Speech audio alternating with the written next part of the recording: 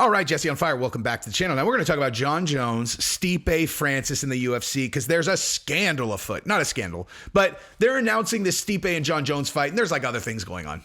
A lot of other things going on. There's a negotiation at play, and this fight's not done, and there's a reason why they're doing all of it, and I'm going to tell you guys exactly what it was. I can't believe I didn't see it myself. I can't just take credit for this time. Like, in hindsight, when it was told to me, I was like, oh, duh. I don't know how I missed it, right? But I'm going to share it with you guys because that's just what I do. But before I do, I'm going to tell you guys about Sheath Underwear. And here's why.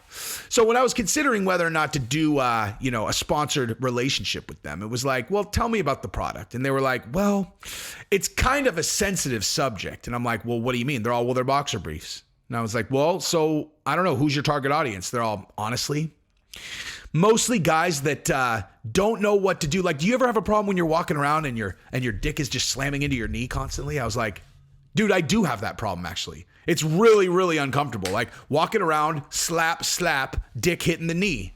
And he's like, well, that's what the sheath is. It's somewhere for you to just slide it in there so it'll stay right in place. And I was like, wow, I wonder what that'd be like. I just got them. Today I'm wearing them for the first time.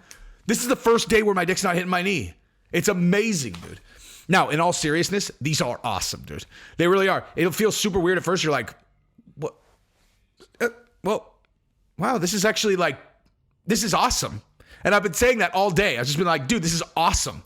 Like, this is way more comfortable. I don't know how somebody didn't think of this. And the only thing I can come up with is like, most people have phobia-sized dicks. You know, they're like, well, I mean, why would I need something like that? I'm like, well, let me tell you why you would need it. Is if you had a man-sized dick, you would need it. And so when someone says, I tried Sheath Underwear and I didn't like them, you know exactly what that means. It means they got a phobia dick, a little tiny guy. And they're all, I don't need that sheath. I'm all, I bet you don't, bro. I bet you fucking don't. But anyway, if you don't have a baby dick, then maybe you could try Sheath Underwear. And I'm telling you right now, all joking aside, they're the shit, dude. Sheathunderwear.com and use promo code FIRE20. So that's sheathunderwear.com. Fire20 promo code. I'll put it, up here so you guys don't have to remember it. Here we go. We're going to talk about Jon Jones and Stipe. Like I said, all right. So in case you guys have not been paying attention, the UFC has been heavily promoting the Jon Jones and Stipe Miocic interim title fight. Now, why is that notable? A, because that's what an interim title fight is supposed to look like, right? You got Francis Ngannou, who's out until December, who is the undisputed champion. There's just no two ways about it. That just is what it is, dude. And, he can't fight till December. So he can't get stripped. And we'll talk about that in a second. You can't strip Francis. He can't get stripped. He's not getting stripped. There's no chance he gets stripped. So you have to do an interim or just sit there and wait for, dude, it's only April, man. He fought in January. He's not going to be able to fight again until December, no matter what. No matter what. Even if they re-signed him. He's a free agent. Even if they re-signed him, he can't fight until December. So you do an interim fight. Now, Jon Jones versus Stipe, that looks like a strong interim fight to me.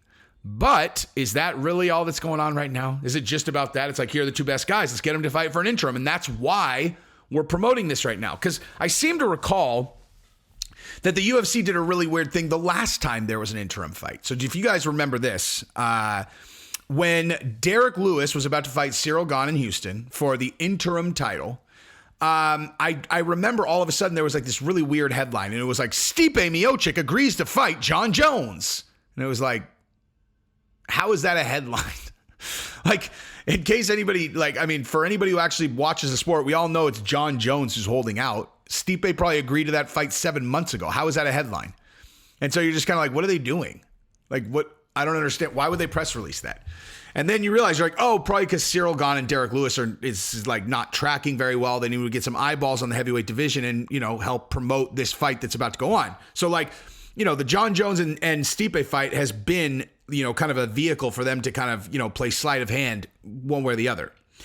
So I'm already, whenever I see Stipe versus Jon Jones, like, what's really going on there? Now, what I do know for sure is that Francis is not re-signed. Francis has 0 fights on his contract technically because all he has to do is just wait until December, then he'll be a free agent, and he's injured until then anyway. So the UFC inevitably is courting Francis and trying to get him to re-sign. 1,000% that's happening. And if the UFC is battling against boxing, right? It's like, hey, Francis, do you want to sign with the UFC or do you want to box? Now, I've said this from the beginning. The correct play for the UFC is to co-promote a boxing match because Francis is not stupid enough to not realize he's going to make an enormous amount of money if he boxes Tyson Fury. You're not going to talk him out of it, dude.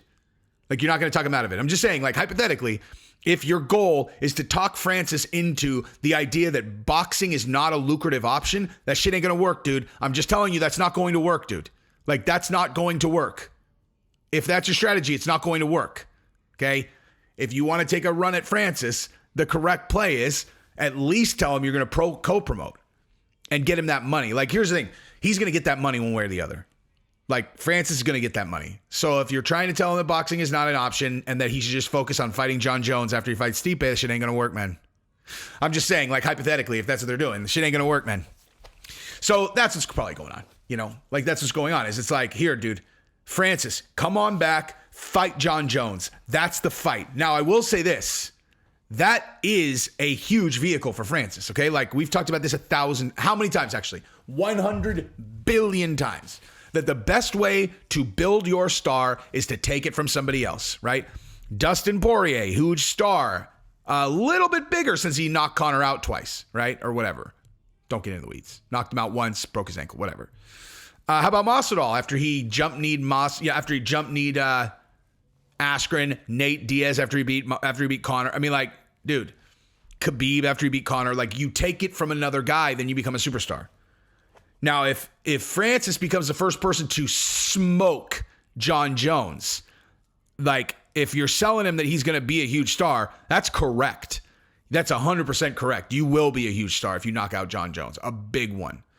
The problem is you're asking Francis to sign a contract before he fights Jon Jones. And so his market value would need to be represented in that contract as if he already knocked out Jon Jones. But nonetheless, you still can't get him to not take a Tyson Fury fight, dude. It's $40 million.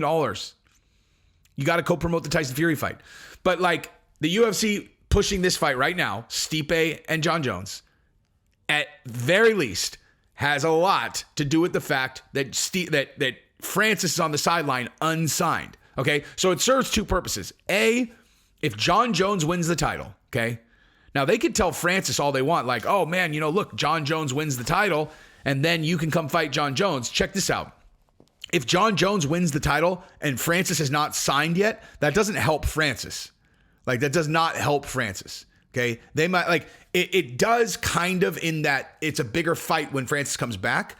But it actually also gives the UFC leverage because now they're like, fuck you, we don't need you. We've got a superstar heavyweight champion. You know, we'd rather have Jon Jones be the champion anyway, Francis. We'd rather have him be the champion anyway, Francis. Like, so all this shit is just about, like, this is all negotiation, okay? Like, the Francis thing, the Stipe and Jon Jones thing is all negotiation, okay? I mean, that's what the UFC, that's actually not always what the UFC is doing. A lot of times the UFC is putting together the biggest fight and then trying to make the most money. It's like, oh, we want to do, like, we're trying to get Conor and Khabib to fight. Okay.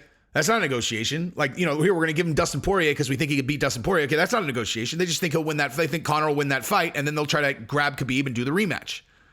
You know, like that's the strategy in that case. Okay. In this case, this is all about leverage, man. Like, it's all about leverage. You're in the biggest leverage fucking back and forth between Francis and the UFC like ever right now. And as long as, you know, like if Stipe comes in and smokes Jon Jones, good luck convincing Francis and his team that you have some kind of leverage because Stipe is the champion, because you don't have any and everyone will know it. But if Jon Jones wins, that's different. And especially if Jon Jones wins definitively. Like if Jon Jones goes in and he wins kind of like a ho-hum decision over Stipe and everyone's like, that was cool, you know, less leverage. If Jon Jones comes in and front kicks Stipe, you know, knocks him out with his heel or the ball of his foot, right? Does a front kick ball of his foot to Stipe's chin and Stipe collapses like a rag doll. Now you got some leverage, dude. Because you have the last image of the heavyweight division being Jon Jones getting the strap put on him after a highlight knockout over potentially the greatest heavyweight of all time. And then you can go to Francis Bean and be like, we don't need you, dude.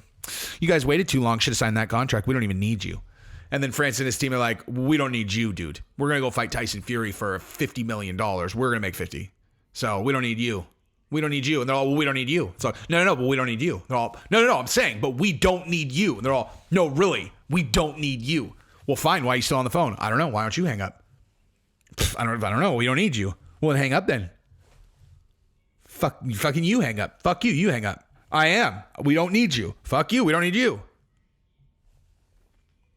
I'm fucking hanging up. Go ahead. I'm going to fucking do it. Do it. You do it. I will. We don't fucking need you. And I don't fucking need you. We'll cut your other fighters. We don't care. Fuck you. Fuck you. Click. So, that. Something like that. Anyway, that's what I've got. So subscribe to the channel and ring the bell and buy Sheath Underwear. Sheathunderwear.com. Promo code FIRE20. What's up? And if you don't like them, you know what that means. You little Fabia dick. Got a little Fabia dick, huh? Is that what you got? Love you guys.